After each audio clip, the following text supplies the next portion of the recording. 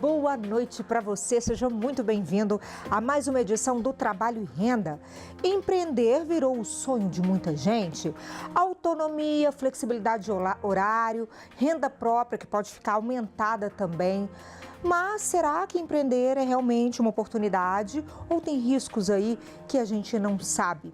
Hoje, no nosso programa, a gente discute esse tema, o empreendedorismo. Falamos sobre empregabilidade. Qual que é o momento, de fato, de empreender? O que a gente precisa saber antes de traçar esse caminho?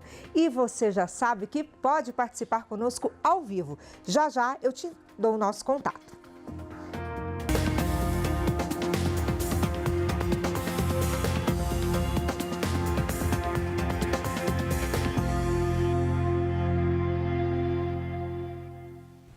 E para tratar desse tema hoje, eu recebo aqui no estúdio com a gente a Viviane Soares. Viviane Soares é analista do Sebrae Minas, administradora e especialista em pequenos negócios.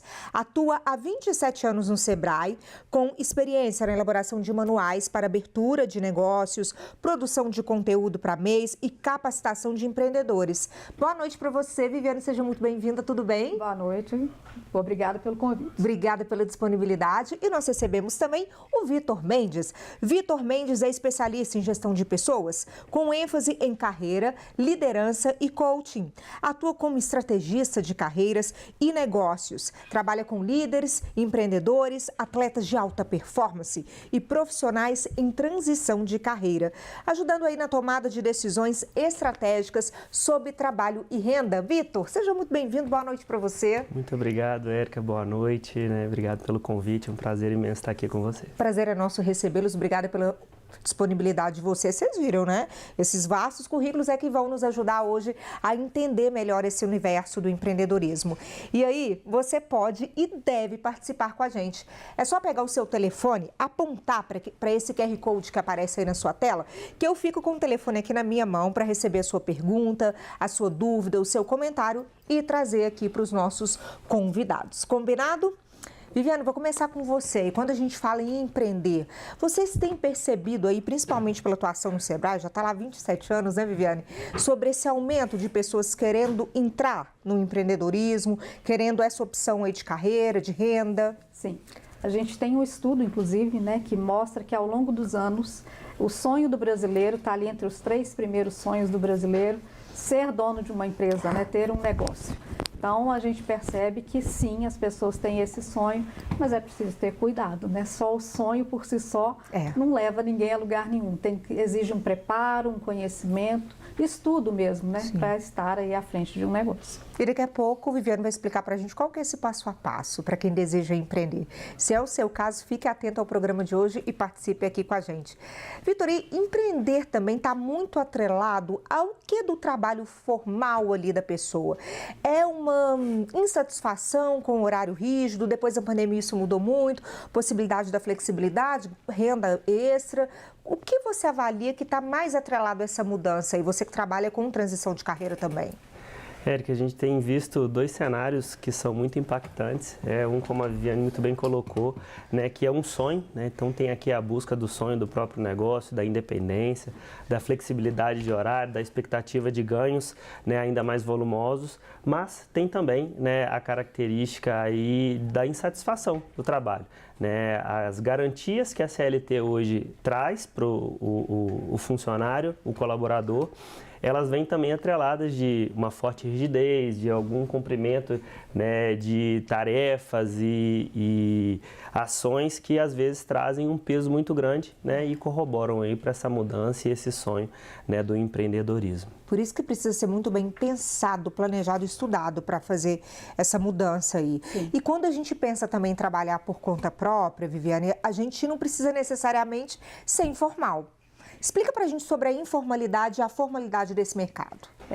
Hoje, a gente tem já há alguns anos a possibilidade da formalização como MEI, que é uma forma jurídica simplificada, diante das demais que a gente tem, que possibilita a pessoa ter uma forma de gerenciar esse negócio um pouco mais simples, uma carga tributária menor e que possibilita a pessoa sair da informalidade, porque é ruim ficar informal. A credibilidade para os clientes que você vai atender, as possibilidades de crescimento, você fica muito restrito na informalidade, né? Então tem o MEI ou a possibilidade da pessoa trabalhar também como autônomo. Né? É uma forma de registro da atividade, não é informal, mas não tem uma empresa, né? É uma forma diferente de exercer alguma atividade. Ele não tem um CNPJ, é isso? Não, ele é autônomo, ele tem a possibilidade de emitir um recibo, né? Esqueci o nome, RPA. Registro de prestação de serviço, algo nesse sentido, né? Um recibo. Não é uma nota fiscal, mas serve como garantia, como formalização da transação ali do trabalho. Mas quando que a gente pensa que é melhor ser MEI, autônomo ou abrir um CNPJ? Existem especificidades para cada uma das categorias? A pessoa tem que fazer uma avaliação. Eu vou trabalhar com o quê? Né? A minha forma de trabalho é como? Dependendo dessa forma de atuação, ele vai querer ser autônomo, que é mais para prestação de serviço. Se ele está na área do comércio, da indústria, tem a possibilidade da formalização como MEI ou de uma microempresa, uma EPP, que é uma pequena empresa, enfim. Então, depende muito da atividade e da forma que ele irá realizar essa atividade econômica. Bom, e quando a gente pensa nessa questão do empreendedorismo, a gente fala dessa transição, qual a orientação que você traz para a gente, Vitor, das reflexões que a gente deve fazer, até do nosso estilo de trabalho mesmo, para poder ir para o empreender? Às vezes as pessoas pensam, eu vou ser dona do meu negócio, eu vou fazer do meu jeito, na hora que eu quiser, mas eu imagino que exija muito mais disciplina, por exemplo, do que num trabalho ali, carteira assinada.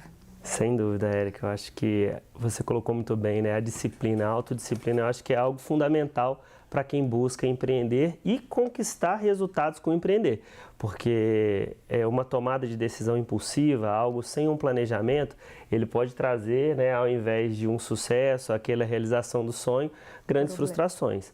Então, eu acredito que fazer uma análise com calma, identificar os fatores, se eu estou buscando realizar, né, abrir a empresa ou me tornar um prestador de serviço dentro de uma área que eu já domino, que eu já conheço, né, que eu tenho uma especialidade, que eu conheço um pouco do mercado, né, são pontos que todos que estão aqui hoje nos assistindo e querem fazer esse passo, eles precisam fazer.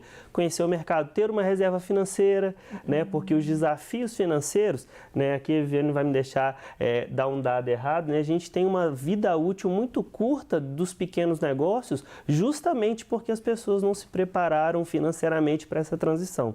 Então a gente tem tomadas de decisões que são impulsivas, né, alguma coisa que te deixou insatisfeito no seu emprego, né? Ou então uma demissão que não estava ali na expectativa, e aí a gente toma essa iniciativa de empreender, né? Mas algumas vezes essa iniciativa, que é claro, sempre uma boa iniciativa, mas ela pode vir acompanhada de uma frustração se essa pessoa, se esse profissional não estiver preparado para um cenário que é desafiador. Né? Ser dono do próprio negócio também é um grande desafio, né? Essa fala sua é muito interessante quando você fala que a pessoa precisa conhecer do negócio, né? Já trabalha com aquilo, mas tem os bastidores que muitas vezes essa pessoa pode não conhecer, e é aí que está o problema, né? Porque eu estar ali no salão, né, de frente, né, para o cliente fazendo as coisas, tem um perfil. Agora, quando eu sou dono, eu tenho que conhecer dos bastidores, dos desafios do negócio de uma forma geral. E aí, muitas vezes, a pessoa comete alguns erros, né, por não buscar informação e para não se preparar para mudar a chave. Eu falo muito isso, de empregado para dono do negócio. Porque sabe? É totalmente diferente o comportamento. Diferente. Não é São mesmo? responsabilidades, comportamentos totalmente diferentes. A dedicação ao negócio é muito diferente, porque você está ali no trabalho formal, tem horário para chegar, horário para sair, mas quando você é dono da sua própria empresa, não tem isso, não tem muito horário não é mesmo? Bateu a meta ou não, o dinheiro entrou ou não, você vai embora para casa tranquilamente. Agora, se você é o dono, aí a coisa muda de figura. Eu costumo falar que a gente tem uma ilusão de que abrir o próprio negócio eu vou trabalhar menos ou vou ter uma liberdade, né? E esse sonho da liberdade, muitas vezes, ele é o principal é motivo da frustração, porque eu conheço hoje empreendedores e acompanho, né, a carreira deles, que eles saíram do CLT das 8 horas ou quando tem um pouquinho mais de horas recebe a remuneração extra para jornada de trabalho de 12 a 14 horas. Então, esse sonho da liberdade, né, de poder trabalhar a hora que quer, se ele não vem acompanhado da autodisciplina e da constância, ele pode se tornar uma frustração. Aí né? você vai ver a estatística das empresas que fecham aí com menos de 2 2 anos. 2, 3 anos. E um outro desafio também que não raramente os autônomos, as pessoas que vão para empreender não tem muita consciência ou talvez noção seria sobre os tributos, por exemplo. A gente tem falado muito de reforma tributária, como que vai afetar mesmo a vida dos empreendedores, mas a questão dos tributos, Viviane, você percebe que é muito pouco conhecida por eles, dos impostos que têm que ser pagos. Essa parte é desconhecimento, assim, sabe? Poucos têm essa preparação. Por exemplo, você montar uma empresa, você precisa do investimento inicial. Mas o que é esse investimento inicial? É a parte do dinheiro para você investir, comprar móveis, equipamentos, reforma. E tem um dinheiro que as pessoas esquecem, que é o capital de giro. Que é aquele dinheiro que faz a empresa movimentar e girar e honrar os compromissos até que o dinheiro comece a entrar, né? Ela se banca naquele momento. E a pessoa muitas vezes não leva isso em consideração. Gasta todo o dinheiro na montagem de um negócio. Como que o negócio gira? Né? E aí é uma bola de neve. Onde que eu vou buscar dinheiro? Normalmente nas instituições financeiras. Juros altos, né? Não faz a análise de qual é o regime tributário que é mais adequado para o meu negócio, que aí entra a parte dos impostos, enfim. Então, essa parte burocrática que as pessoas desconhecem e é o que tem mais impacto na vida aí de quem tem uma empresa.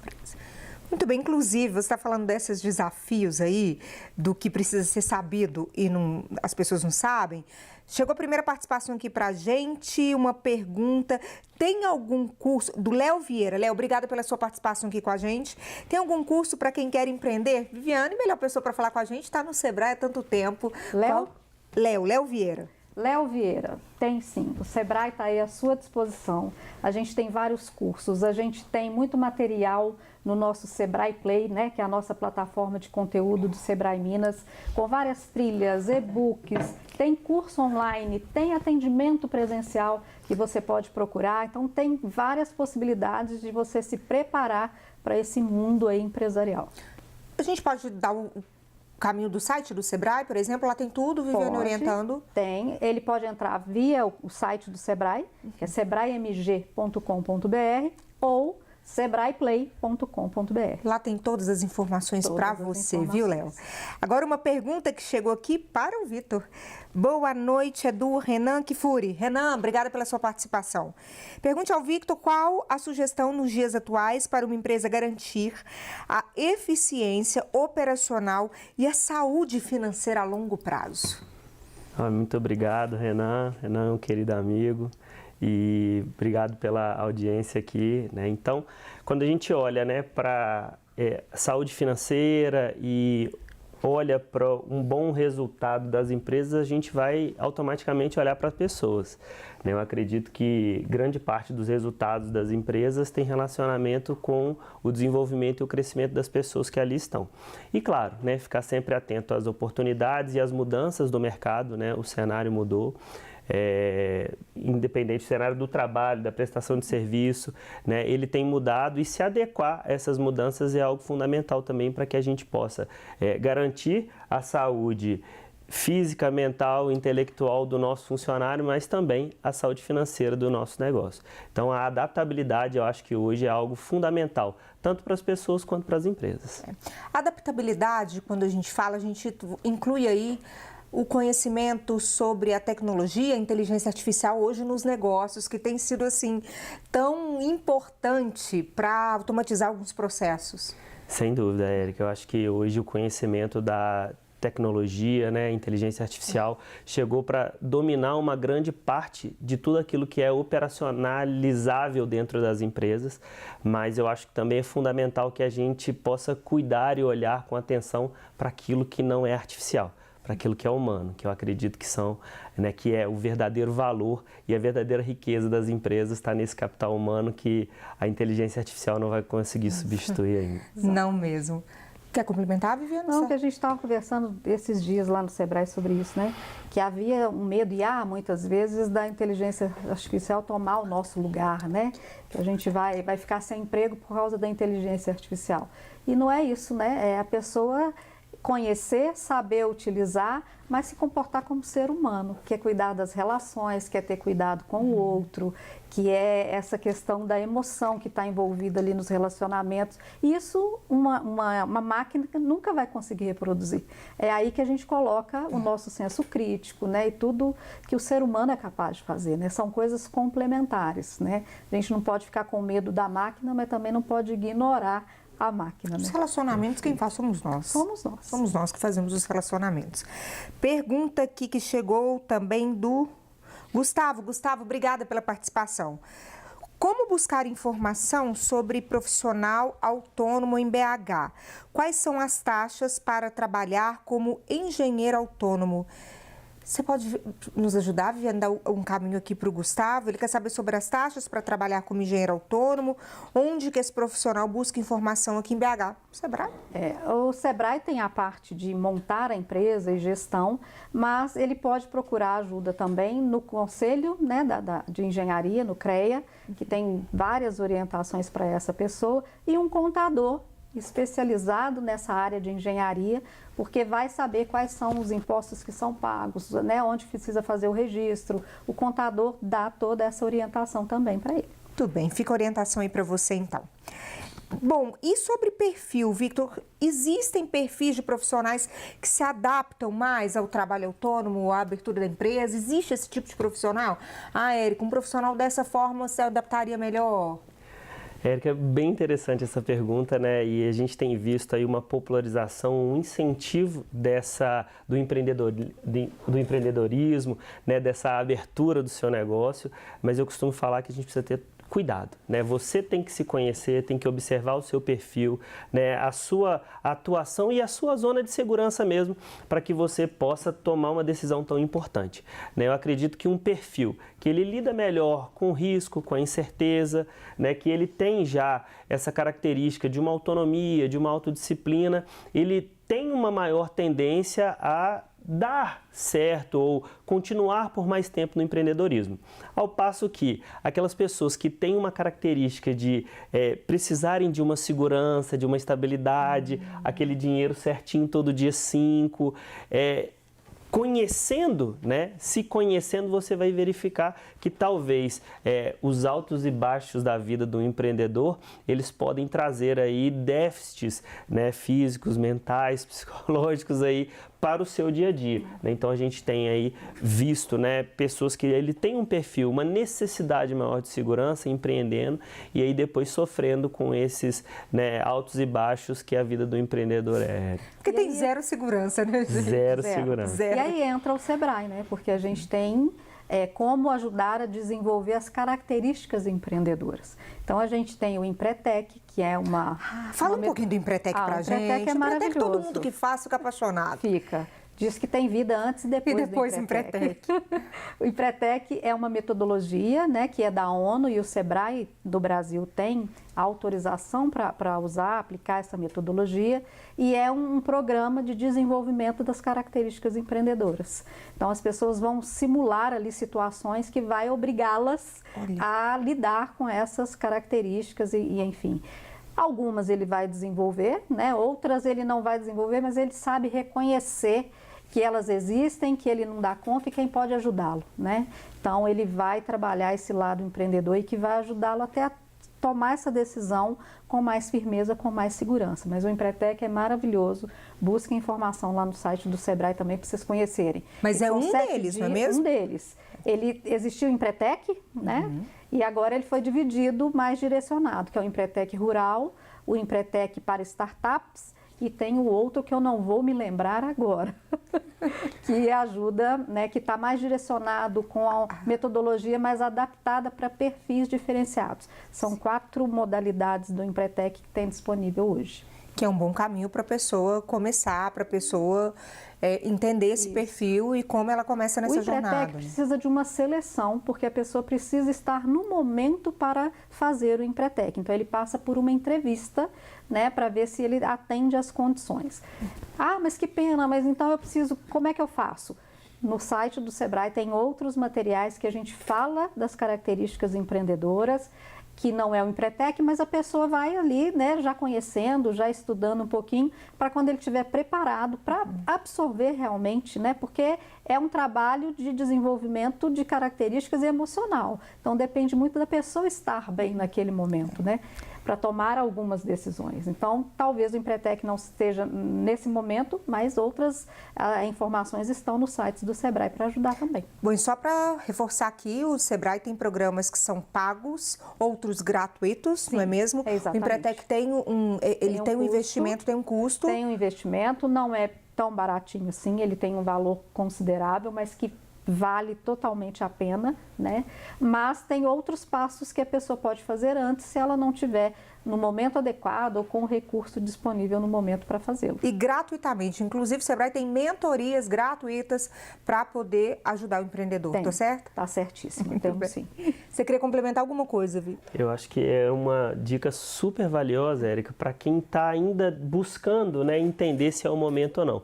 Eu sempre falo que é muito melhor você conseguir se preparar antes de tomar essa decisão do que ter que depois, né, aí popularmente com a água no pescoço, ter que desenvolver essas habilidades. Então, se você está pensando em fazer essa transição, né, do CLT para a sua empresa, né, ou autônomo, ou MEI, uma coisa interessante também falar, né, Viviane, é que nem todas as profissões se enquadram no MEI, então por isso tem essa diferença do autônomo. Então, tem alguns profissionais de áreas específicas que não têm essa possibilidade de ser MEI. Tem exemplo para a gente trazer? Tem, fisioterapia. Exatamente. A fisioterapia não entra no MEI. Né? Então, ela o fisioterapeuta, ele entra no autônomo ou aí você tem que abrir a sua empresa. Dentista. Tem relação com por ser prestação de serviço? Não, tem relação com a atividade realmente, porque no MEI são atividades mais básicas, né? Atividades não regulamentadas, vamos colocar assim. Com rendimento menor? A gente não, poderia não é falar nem tem relação é área com de atuação rendimento? mesmo. Por exemplo, o caso da fisioterapia. A gente tem atividades de exercício físico, condicionamento físico, enfim.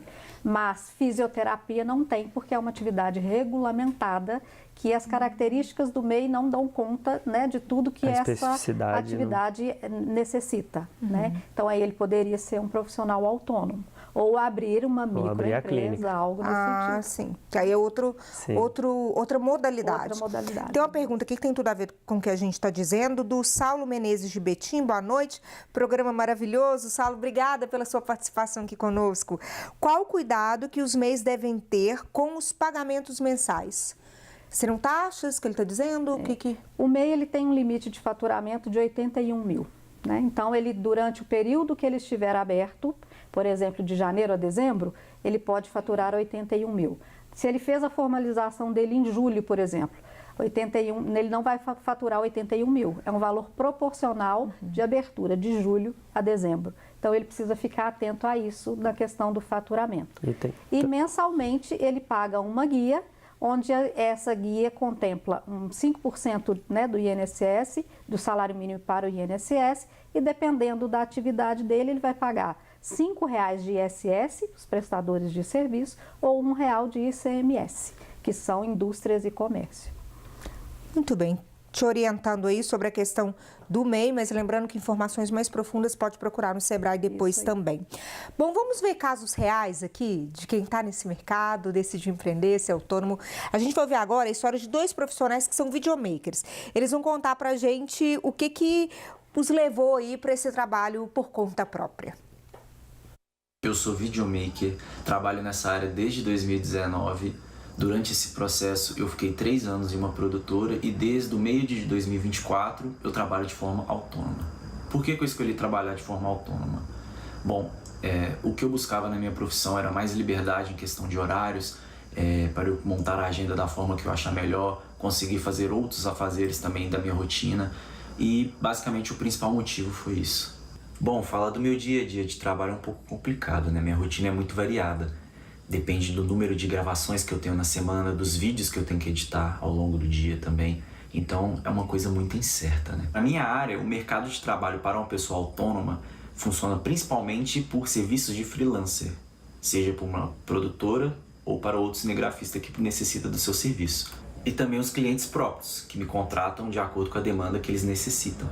Bom, as principais vantagens desse tipo de trabalho são a liberdade em relação aos horários, você monta a agenda do jeito que você desejar, de acordo com as demandas do seu dia a dia. E também o poder de escalonar o crescimento do seu negócio. Ou seja, você consegue direcionar mais energia para desenvolver a sua empresa. Para mim, o principal desafio é a incerteza em relação ao serviço ao longo do mês, que gera uma instabilidade na receita do seu negócio. Ou seja, é importante você ter um planejamento financeiro sendo autônomo. Trabalho por conta própria há 4 anos como MEI e freelance. Eu decidi trabalhar por conta própria muito pela liberdade. Sempre quis empreender, construir algo meu, ter autonomia sobre o meu próprio tempo. E ao longo dos anos eu percebi que meu perfil profissional fazia muito mais sentido fora do modelo tradicional de emprego. Eu sou uma pessoa criativa, gosto de dinâmica, de mudanças, de construir processos, e o trabalho por conta própria acabou sendo um caminho mais natural para mim. No início, eu confesso que foi muito mais desafiador do que eu imaginava. Existe uma ideia de que trabalhar por conta própria é só ter mais liberdade de horário, mais dinheiro, menos trabalho, mas na prática é completamente diferente. Você trabalha muito mais, principalmente no começo. Você precisa aprender a se organizar, entender de finanças, de negociação, de negócios, ter muita disciplina e assumir responsabilidades que antes não eram suas. Mas, para quem realmente tem esse perfil, existem enormes vantagens. Você passa a ter uma leitura mais clara do seu próprio valor profissional, entende melhor o mercado, aprende a tomar decisões com mais autonomia.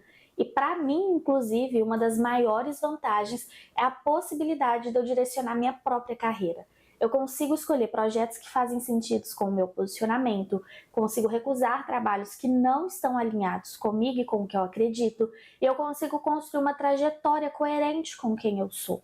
Querendo ou não, é um modelo de trabalho que traz um amadurecimento muito grande, tanto profissional quanto pessoal. Sobre os riscos, a instabilidade de renda é algo que precisa ser levado muito a sério.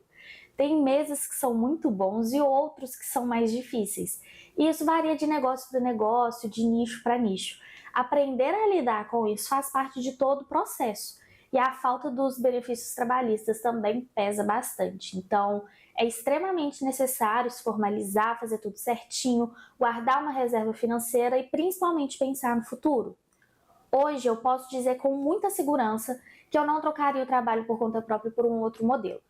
Não é porque ele seja mais fácil, muito pelo contrário, mas é porque faz mais sentido para quem eu sou e para a forma como eu quero construir minha vida profissional. É um sonho sendo realizado, mas é um sonho que dá trabalho todos os dias. Acredito que pode ser sim uma oportunidade real, mas não como solução para todo mundo. Muita gente acaba indo por falta de opção ou por influência de outras pessoas, acaba indo sem muita informação e só lá na frente percebe que não era bem aquilo que imaginava. Por isso, quando essa decisão ela vem com informação, com planejamento, com consciência, as chances de dar certo são muito maiores. Um sonho que dá trabalho todos os dias. Alice e Felipe, obrigado por compartilhar a história de vocês com a gente. Bom, a gente observou aí na fala dos dois que são muito conscientes. Muito conscientes de todo o processo, que é o que a gente estava falando aqui antes dessa participação deles. E aí, eu queria que a gente trouxesse a ótica desse aumento do trabalho por conta própria, pensando nesse perfil aí. São 2 jovens trabalhando como videomaker, que é uma demanda do mercado digital, do mundo digital. A gente pode dizer que esse crescimento também foi pela demanda que esse mercado tem? Eu acredito que sim, Eric. Eu acho que novas profissões surgiram, né? A gente tem aí youtuber, influencer, né? O digital expandiu, né? O Felipe, né, trouxe aí pra gente o relato o início da transição dele para videomaker em 2019, pega aí exatamente o período, né, de 2020, pandemia, o online, o home office e a explosão aí dessa tendência do digital, né, os conteúdos pelas plataformas, essa ausência da possibilidade do trabalho presencial, do contato físico, né? Então eu acredito que tenha muito disso, né, essa exigência, e é interessante ver que ele traz um outro lado do trabalho do videomaker, né, que não é só captar as imagens, não é só estar ali presencial, a parte da edição, o cuidado, a elaboração é algo também que faz parte do dia a dia dele. É uma coisa que tem que observar, né, que ela falou muito disso. Quando você trabalha, você tem colegas que te ajudam, você tem uma estrutura. Quando você está sozinho, a equipe, né, você é dono, você também é funcionário. Que é a realidade da maioria, A realidade da maioria. Você tem que dar conta do financeiro, do marketing, do cliente e de tudo ali, né? Então, é um trabalho pesado e que eles estão bem conscientes, né, do que eles queriam, que é o propósito, né? Muitas vezes a pessoa não tem um propósito, é só a liberdade. E os dois ali, pelo que eu percebi, principalmente ela, o propósito está muito claro para ela, né? Então, que bacana, fiquei feliz de ver. Mas você percebe, das pessoas que procuram vocês para orientação, por exemplo, a predominância desse público mais jovem mesmo?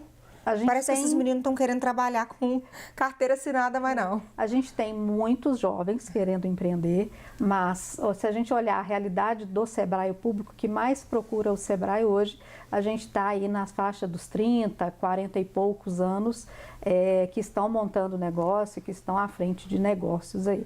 Mas tem uma parcela também significativa de jovens, justamente por causa das possibilidades, né, infinitas que a tecnologia trouxe. Eu acredito que essa tendência vem de uma mudança também cultural e uma mudança da sociedade, da forma com que ela coloca. Eu vejo assim, meu pai, ele sonhava em trabalhar 35 anos na mesma empresa, queria estabilidade, né? E hoje em dia o jovem não, ele quer impulsionar, ele quer o crescimento, ele quer o campo de possibilidades. Então tem um quê do imediatismo, né? É muito interessante, mas eu vejo também que é a característica também da nossa sociedade, né? É um reflexo hoje, né, dos jovens buscando empreender, buscando essa autonomia, buscando a construção de algo que dê a ele um sentido, como a Alice colocou muito bem, né? Eu achei muito interessante, né? Apesar de tão jovem, tão consciente ali, com tanta clareza das dificuldades, dos anseios, daquilo que tem bom, mas daquilo também que exige, né? Então, parabenizar os dois pela clareza, sabe, Érica? Porque é difícil, né? Como a Viviane colocou, tem hoje muitas pessoas aí na faixa dos 40 ou mais, com a ausência da clareza que eles dois tão jovens já possuem. E a gente está falando aqui, acredito que vocês estejam falando sobre o autoconhecimento, mesmo tão negligenciado por tantas pessoas. Ele é importantíssimo, fundamental, justamente para a gente poder entender esse nosso perfil, esse nosso propósito, o que faz a gente feliz, né? Onde a gente se encaixa mais tendo o perfil que a gente tem, não é mesmo? É o que dá suporte, a base, é a base. Bom, mais uma pergunta aqui. Boa noite, Cristiano aqui de BH. Boa noite, Cristiano. Obrigada pela participação aqui conosco. Em síntese, minha experiência indica que para ganhar dinheiro, o mais indicado é ter um negócio próprio. Contudo, o empreendedor assume inúmeras responsabilidades, enquanto, em geral, os funcionários têm menor comprometimento. Por isso, optei por mudar de caminho. Hoje, como concursado, ganho menos, porém levo uma vida mais saudável. Espero ter contribuído com a minha experiência para quem está assistindo ao programa. Obrigada por ter compartilhado aqui com a gente. Aí é uma pessoa também que a gente pode dizer que tem um autoconhecimento. Sim. Depois desse entendimento, foi para o concurso público, ganha menos, porém leva uma vida mais saudável. Que é a vida que faz sentido para ele? É a vida que faz sentido para ele. O perfil dele é esse e ele está satisfeito com o que ele está vivendo, né? O que ele busca para a vida dele. Segurança, né? Estabilidade. Né? Ele suporta viver dessa forma. Outra pessoa não daria conta. Né? E quando a gente pensa, ele fala que ganha menos aqui, sendo um concursado. Quando a gente pensa em fazer essa mudança, onde está o valor financeiro, a remuneração? Estando você no serviço público, tendo um CNPJ, trabalhando na CLT, cada profissional vai se preencher, se satisfazer com um ponto, e pode ser que não seja o dinheiro, a remuneração, Vitor? Eu acredito que sim, Érica. Eu acho que o exemplo do Cristiano, né? Obrigado mais uma vez, Cristiano, ilustra bem isso, né? O Cristiano optou, talvez, de ter rendimentos maiores pela estabilidade, pela segurança que o concurso público nos traz. Eu atendo hoje, né, clientes que são concursados, né, diversos aí órgãos e locais de serviço público, e a gente percebe isso, que a característica predominante é a busca pela estabilidade, pela segurança. Como exemplo aqui da Alice, a gente tem alguém que abriu mão da segurança para poder ter rendimentos talvez maiores, né? Mesmo com aquela oscilação, com aquela instabilidade, ela pode ter aí um ganho, né? Um salário, um rendimento maior do que talvez o Cristiano. Mas aí é essa clareza que é tão importante, Érica, nessa tomada de decisão. O Cristiano optou pela segurança e pela estabilidade. E a Alice optou pelo o crescimento, os ganhos exponenciais, mesmo que isso traga momentos de instabilidade e insegurança para ela. A liberdade, né, de imprimir a marca dela, de imprimir a essência dela no que ela faz, né? Porque muitas vezes quando a gente trabalha, a gente segue uma diretriz, um planejamento, o desejo de outra pessoa, né? Que às vezes não é compatível com o nosso. Foi isso que ela foi em busca, né? Do que era compatível com a essência dela. Então a pessoa tem que pesar, é dinheiro ou é propósito? Gente, falando em dinheiro, tem um depoimento agora que quero muito que vocês assistam com a gente, da Juliana Pereira de Amorim. Ela fala pra gente sobre esse trabalho por conta própria e traz uma reflexão sobre a importância de a gente valorizar o próprio serviço e não deixar ninguém colocar preço nele. Trabalhar por conta própria, para mim, é muito importante para que eu possa ter mais tempo para mim e para minha família.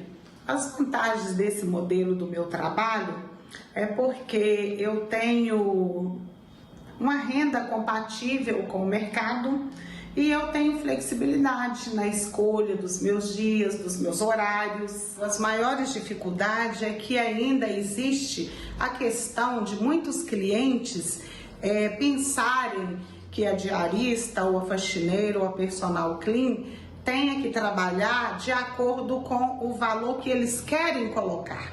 E não é dessa forma, porque nós somos profissionais tão importantes como qualquer outro profissional. Então, o nosso trabalho, ele não tem preço, ele tem valor. Assim como você contrata um pedreiro para fazer uma obra na sua casa, um pintor, então um médico, uma cabeleireira, quando você vai no salão de beleza, né? Você não paga de acordo com o que aquela profissional vai oferecer do trabalho dela? E nós encontramos essa dificuldade na nossa área. Recomendo muito a minha profissão, vale a pena sim. E falo mais para você, diarista estuda, faxineira estuda sim, personal clean estuda sim, vale muito a pena. Se você trabalha com amor, com dedicação, nós podemos ir além do que imaginamos. Que bacana. Bacana demais, Fantástico. né, Juliana? Obrigada pelo seu depoimento aqui com a gente. Ela fala, gente, sobre a questão da gente valorizar o nosso próprio serviço e não deixar as pessoas darem preço nele, porque, na verdade, o nosso serviço tem valor. Muito importante essa fala, eu queria que vocês comentassem com a gente e sobre a importância do profissional ter essa consciência da valorização e como que ele atrela também o valor do serviço dele ao preço que ele vai cobrar. Essa questão é muito fundamental, sabe, da profissionalização. Porque a gente percebe que muitas vezes as pessoas querem cobrar um determinado valor, mas não tem a entrega, o valor, como ela disse, né? Então, esse autoconhecimento e essa autovalorização, ela é fundamental. E entregar o que ela prometeu, né? Ter isso como mostrar que tem um valor o serviço que ela faz. Isso, e ela vai mostrar isso como? Fazendo o serviço com qualidade, com profissionalismo, cumprindo a parte dela da entrega. Assim as pessoas vão entender isso e vão pagar o valor que ela está pedindo.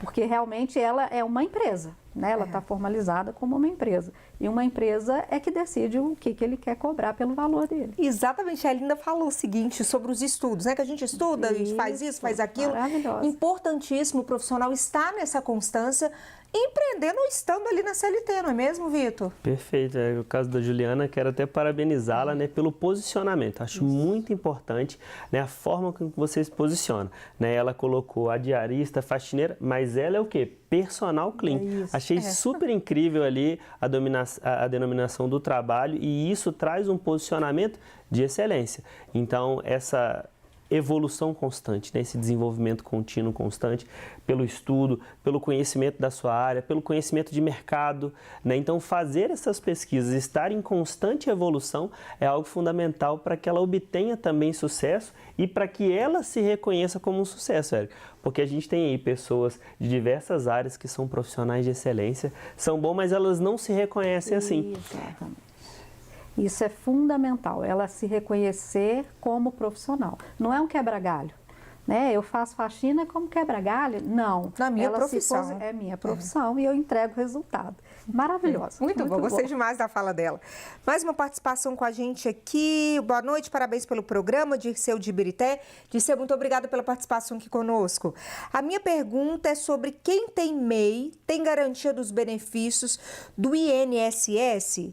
Ser assegurado, aposentadoria, essas questões. Tá.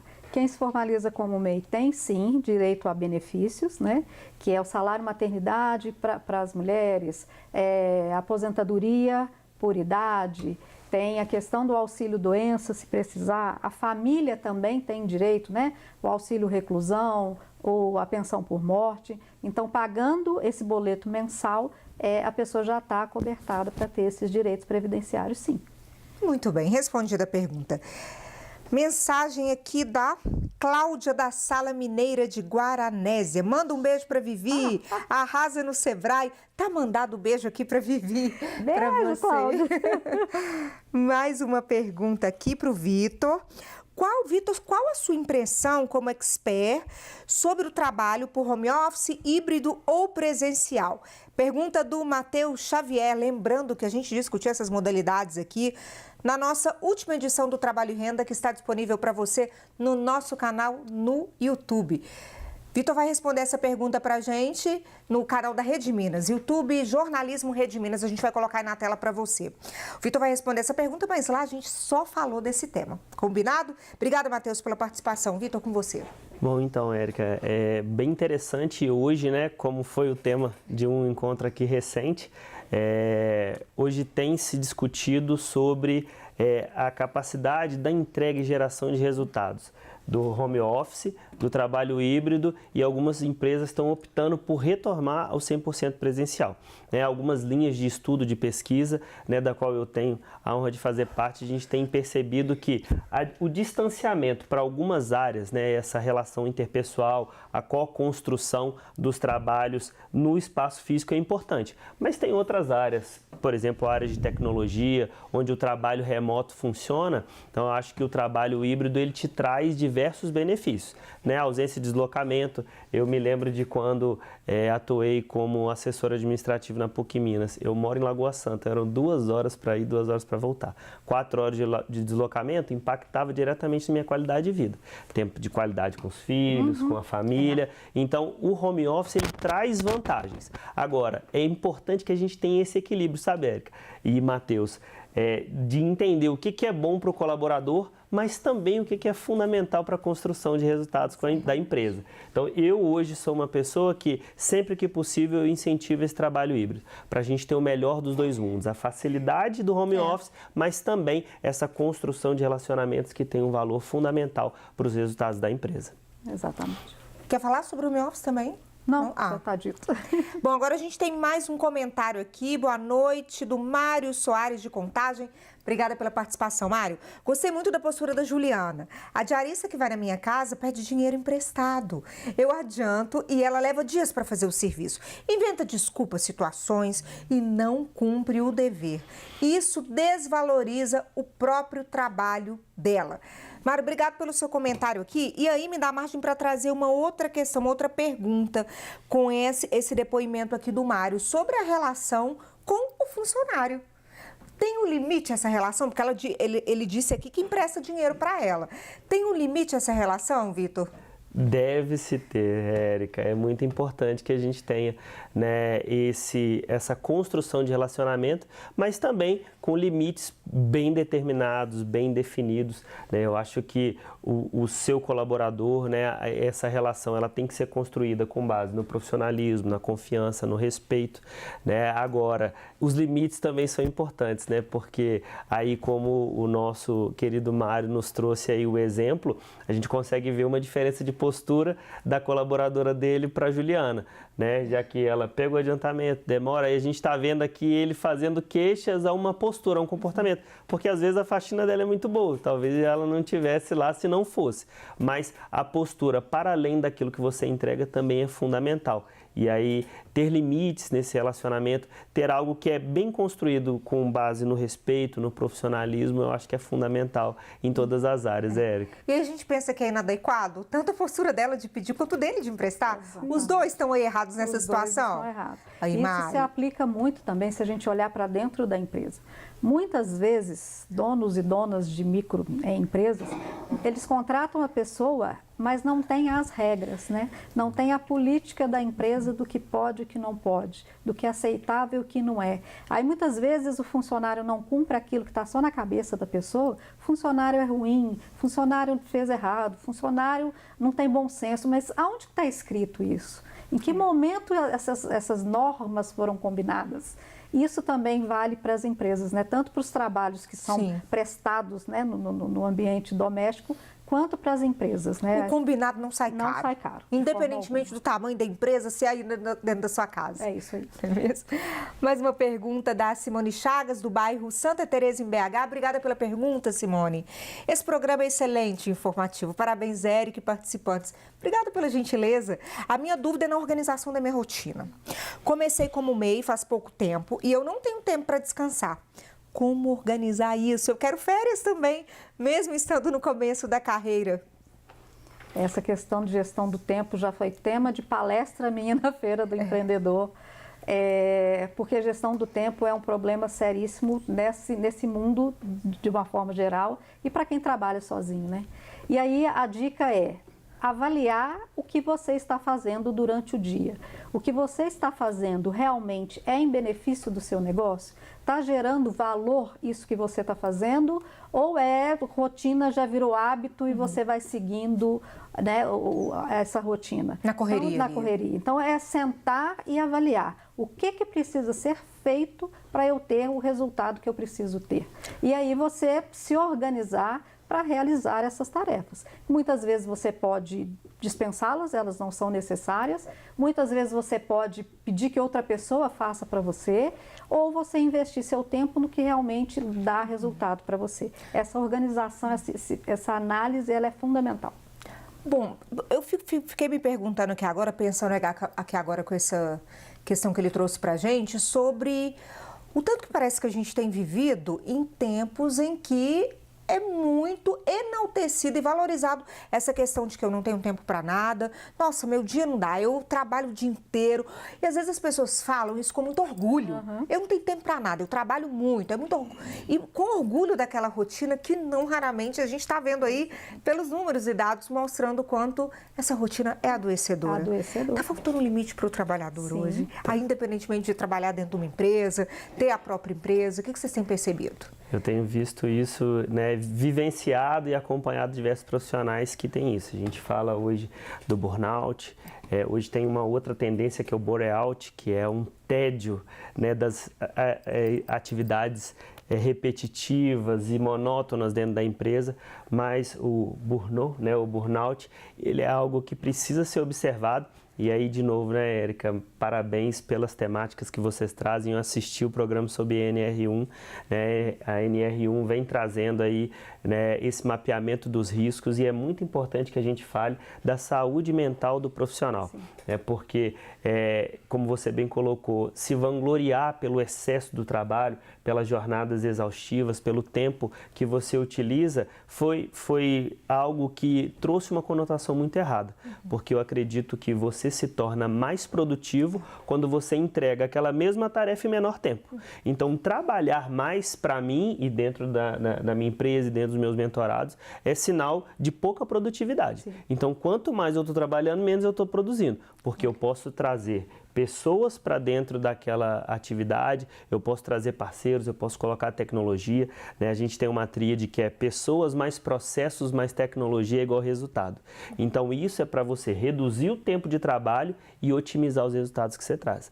Então aqui para Simone, como a Viviane colocou muito bem, eu costumo falar que a gente não tem gestão do tempo, a gente tem que fazer gestão da prioridade. Entender o que é prioritário, entender aquilo que vai construir o resultado que você quer e colocar energia e ação ali.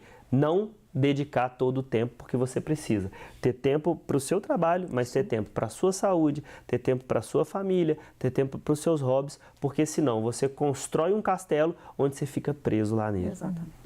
E desmorona o resto. Sim. A gente vai agora ver o último depoimento agora do Rafael. Rafael, desde 2012, ele atua aí no marketing digital como redator e também como criador de conteúdo.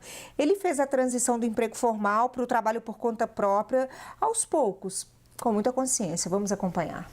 Eu trabalho prestando serviço de produção de conteúdo para outras empresas. A maior parte com produção de conteúdo escrito como redator, como copywriter, com e-mail marketing, qualquer coisa desse tipo. Eu iniciei trabalhando como freelancer, logo me formalizei para o MEI e hoje eu atuo como microempresa por conta de questões burocráticas. Eu decidi começar a trabalhar por conta própria basicamente de uma forma espontânea, porque eu estava saindo de uma empresa onde eu trabalhava como web designer e eu já tinha alguns clientes que eu produzia site para ele, que eu tomava conta dos sites deles, fazia manutenção e que quando eu saí dessa agência, esses clientes eles já me pagavam o suficiente para eu ficar só com eles e não procurar outro emprego formal. E daí, em começar a atender esses clientes, começar a aparecer necessidade de emitir nota fiscal, essas coisas, que eu fui procurar deixar de ser só um freelancer para essas empresas e virar um MEI. Para mim, uma das principais vantagens de trabalhar nesse modelo é a questão da liberdade. A liberdade de escolha de horário que eu vou trabalhar, a liberdade de escolha do local que eu vou trabalhar e a liberdade de escolha até mesmo dos clientes que eu vou atender ou não. E é claro, junto com essa liberdade vem questões de flexibilidade, como eu falei, de horário de trabalho e com o decorrer do tempo, cada vez mais também entrando na questão da renda, que eu consegui ter nesse modelo de trabalho uma renda muito melhor do que eu poderia ter no emprego formal, fazendo a mesma coisa que eu faço hoje, por exemplo. Sobre as dificuldades e riscos, eu acho que a principal é justamente eu depender única e exclusivamente de mim e do meu trabalho para ter minha renda no fim do mês. Por exemplo, se eu acabar adoecendo, alguma coisa do tipo, eu tenho até os auxílios do governo por conta de pagamento do INSS, coisas desse tipo, só que isso não chega nem perto da minha renda que eu alcanço hoje com os trabalhos em si. Além disso, também tem a questão da parte da renda, como eu falei anteriormente, que por mais que ela acabe sendo, no meu caso, maior do que poderia ser no emprego formal, eu tenho que a cada dia estar buscando novas formas, tanto de manter os clientes anteriores, como de conseguir novos clientes para o caso de algum outro precisar rescindir contrato, terminar o projeto e coisas desse tipo. Então, isso acaba em alguns pontos gerando uma insegurança na parte da renda, que é importante a pessoa pensar e levar em conta no momento que ela vai pensar em começar com o modelo de trabalho por conta própria. Bom, no meu caso, eu já trabalho por conta própria desde o final de 2012 e eu consigo ter meus clientes tranquilamente, eu consigo fechar contratos mais longos do que só projetos pontuais, então para mim realmente vale bastante a pena. Só que eu sempre recomendo a quem vai entrar nesse modelo de trabalho que analise quais são as possibilidades dele, por exemplo, de poder continuar num emprego formal enquanto vai começando a montar a sua carteira de cliente e tentar ter essa carteira de cliente com contratos assinados e contratos com prazo mais longo, para no momento que a pessoa for trabalhar somente por conta própria, ela ter uma estabilidade maior e uma noção da renda que ela vai ter no fim do mês. Muito Muito bem, obrigada, Rafael, pela participação. Mais um depoimento de uma pessoa com muita consciência. Fez lá desde 2012 essa transição, mas fez o passo a passo e hoje está aí se dando bem nos negócios. Obrigada aí pela participação. A gente está nos minutinhos finais do programa aqui. Eu tenho muitas perguntas, então a gente vai ser mais rápido aqui. Pergunta agora do Marcos de Moura, de BH. Obrigada pela participação, Marcos. Ele quer que você comente. Ele coloca aqui as vantagens: liberdade horária, ausência de chefe, ganho que pode superar a média salarial. E desafio: falta de benefício, férias, 13º, FGTS, renda variável mês a mês e acúmulo de funções. Ele colocou as vantagens e os desafios. Você concorda com ele? Concordo, né? E aí é escolha clara, né? Se você topa assumir os riscos, né, esses desafios, para viver aquilo que ele te traz de positivo. É aí a dualidade que vem a ser o empreendedorismo, Érica. E por isso tem que ter esse autoconhecimento, fazer esse dever de casa. Clareza. Não é mesmo? Clareza. Mais uma pergunta aqui do Erlander, de Igarapé. Trabalho e renda é show. Erlander, vocês que estão aqui participando com a gente, o programa é feito para você. Obrigada pela participação. Trabalhar por conta própria significa ser seu próprio chefe. Tem que acordar cedo e dormir tarde e amar o que faz. Eu costumo dizer que quem trabalha pelo que ganha sempre será mal pago. O trabalho é um casamento. Viviane, o que você comenta pra gente? É um casamento, né, que tem suas regras, suas normas, né, seus combinados. Agora, a questão da renda depende de pessoa para pessoa. Tem pessoa que vai ganhar mais, né, trabalhando por conta própria, tem pessoa que não. Tudo depende do planejamento, do seu posicionamento e do que você quer para você, né? Você que vai decidir essa renda e como é que isso vai funcionar. Uma decisão que tem que ser tomada não pelo emocional, como a gente falou na edição toda de hoje. Mais um comentário aqui da Adriana Diniz, de Ibirité. Obrigada, Adriana. Parabéns, excelente programa. Muito obrigada pela sua participação, a audiência aqui com a gente, Adriana. Outra pergunta agora não se identificou aqui. Ótimo tema, obrigada pelo programa, obrigada a você pela participação. Boa noite. A visão de trabalhar por conta própria não pode ser perigosa com a visão do neoliberalismo, gerando uma sociedade do cansaço, onde não há tempo para nada. A gente acabou de falar disso aqui. Sim, não é mesmo? Verdade, que é um tema que a gente até debateu aqui, que não tivemos perguntas sobre, que é a aplicatização do trabalho, né? Muitos trabalhos de aplicativo, onde a jornada ultrapassa aí as 8, às 10, às 12 horas. É preciso a gente tomar muito cuidado para que a gente tenha o equilíbrio do ganho, né, financeiro, com o estresse e o cansaço físico, porque essa conta lá na frente ela não fecha, não. Ela vai ser cobrada de você, não vai mesmo? Infelizmente chegamos aqui ao final do Trabalho e Renda. Quero te agradecer pelas participações, dúvidas aqui com a gente. O programa é feito para você. Você pode inclusive aproveitar esse QR Code que está aí na sua tela, que é o telefone do programa, e sugerir temas para a gente também, participar do programa ativamente.